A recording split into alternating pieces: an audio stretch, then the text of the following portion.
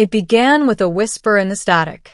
In 2049, long after Earth had filled the skies with satellites, an astronomer named Dr. Aidan Corso detected an irregular burst pattern emanating from the dark between galaxies. It wasn't the rhythmic pulse of a pulsar, nor the decay of cosmic radiation. It was structured, binary, recursive, and frighteningly deliberate. At first, the scientific community celebrated. Humanity had waited centuries for proof of extraterrestrial intelligence, and here it was, a signal, encoded with a message that appeared ancient beyond comprehension. The signal repeated one symbol more than any other, the human silhouette. And next to it, in all interpretations, the same word appeared. A translation came through after weeks of supercomputer analysis. Warning. Part 1. The Archaeologist's Dream.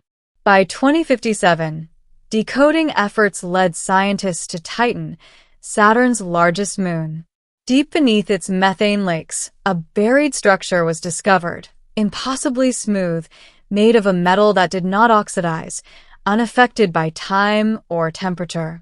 The structure wasn't a building. It was a vault. Dr. Elena Vasquez, a xenoarchaeologist who had devoted her life to studying anomalous relics, was selected to lead the mission. Her team of 12, engineers, linguists, and military security, arrived at the Titan outpost under the banner of the United Earth Directorate, UED. The vault opened to touch, responding to human fingerprints. That alone sent shockwaves through the scientific community. How could an alien artifact recognize human biology?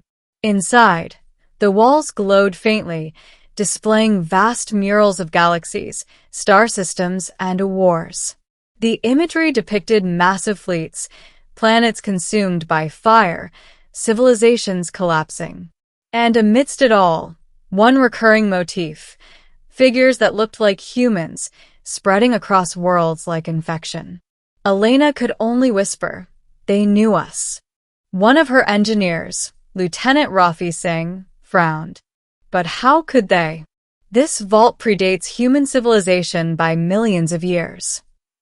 Elena touched one of the carvings, tracing the outline of a humanoid figure etched in perfect detail, identical to Homo sapiens. "Maybe we weren't the first," she said.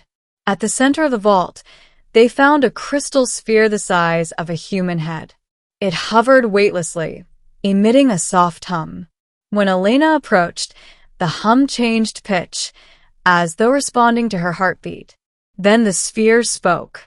A voice, neither male nor female, reverberated in the air. "To those who bear our image, beware your becoming." The team froze. The AI translators captured the phrase perfectly, though no one could explain why it used human syntax. Elena stepped forward. "Who are you?" The sphere's glow intensified. "We were the architects. We seeded life among the stars. You are our unintended echo." Part 2. The Architect's Truth. Over the next several months, the vault revealed more of its contents. The sphere, named Eidolon by the team, contained vast data archives, star charts, genetic blueprints, even recordings of other species long extinct. But what it revealed next changed everything.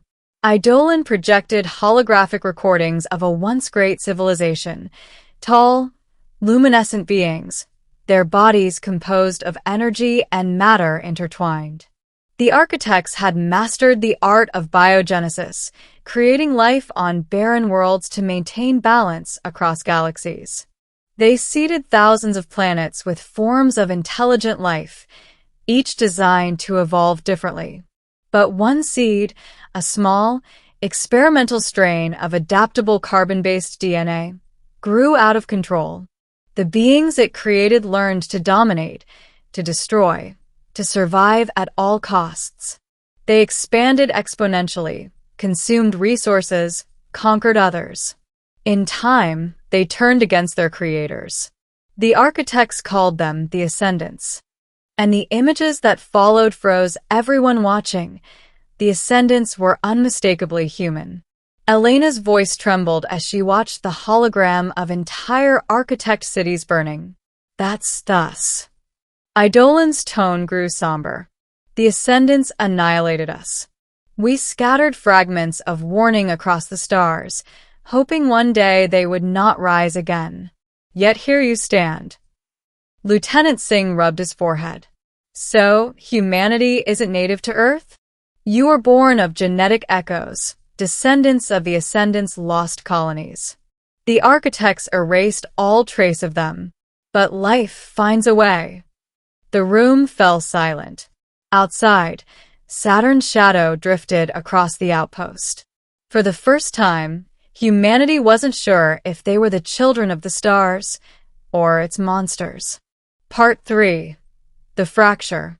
When news reached Earth, it shattered everything: religion, politics, philosophy. Billions refused to believe it. Others embraced the revelation with fanatic devotion, forming cults that worshipped the architects as gods.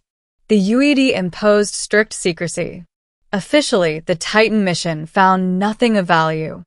But within the Directorate, the truth burned like wildfire. Governments and corporations fought to control Eidolon's data. If the architect's technology could create life, it could also reshape it or weaponize it. Elena, haunted by the idea that humanity was a cosmic mistake, began to dream of other vaults. Eidolon had mentioned fragments scattered across the stars. If one had survived on Titan, others might too. Without authorization, she assembled a rogue crew: Singh, linguist Dr. Mara Kwan, and pilot Jonah Reyes. Together, they hijacked a small exploration vessel, the Vigilant Dawn, and set course for coordinates hidden in Eidolon's data, a dead star system beyond Neptune. What they found there would prove that the architects had not only known humanity, they had prepared for them. Part 4. The Mirror of Origins. The Vigilant Dawn entered the system under dim light from a dying sun. Orbiting a broken planet was another structure, far larger than the Titan Vault, a ring-shaped station drifting silently, its interior surface glittering with frozen oceans. They docked cautiously. Inside, gravity returned. The air was breathable. Every wall bore carvings of the same humanoid figures, but this time, their faces were twisted, monstrous, animalistic. In the station's central chamber stood a colossal machine, a lattice of crystal veins surrounding a sphere identical to Eidolon's, but much larger, the size of a small house. Mara activated the translator. This thing, it's asleep. Elena stepped closer. Then let's wake it. At her touch, the chamber erupted with light. The sphere ignited, and the machine systems roared to life. Holograms danced across the chamber. Depictions of human evolution across millennia, from apes to astronauts, but with something added. At each stage, invisible lines of code, like DNA sequences written in light, appeared interwoven into human biology. The architects hadn't just seeded humanity, they had programmed them. Then the sphere spoke. The genetic directive persists. Termination protocol incomplete. The cycle will repeat. Elena shouted over the hum. What cycle? Creation, ascension, consumption, extinction. The machine showed what came next. Images of Earth's future, sprawling megacities, machines devouring forests, oceans boiling under climate collapse, wars erupting over dwindling resources, humanity spreading to other worlds and repeating the same mistakes. Singh whispered, "It's prophecy." "It is inevitability," said the sphere. "Humanity is a recursive pattern. It cannot change." Elena clenched her fists. "You're wrong. We can change."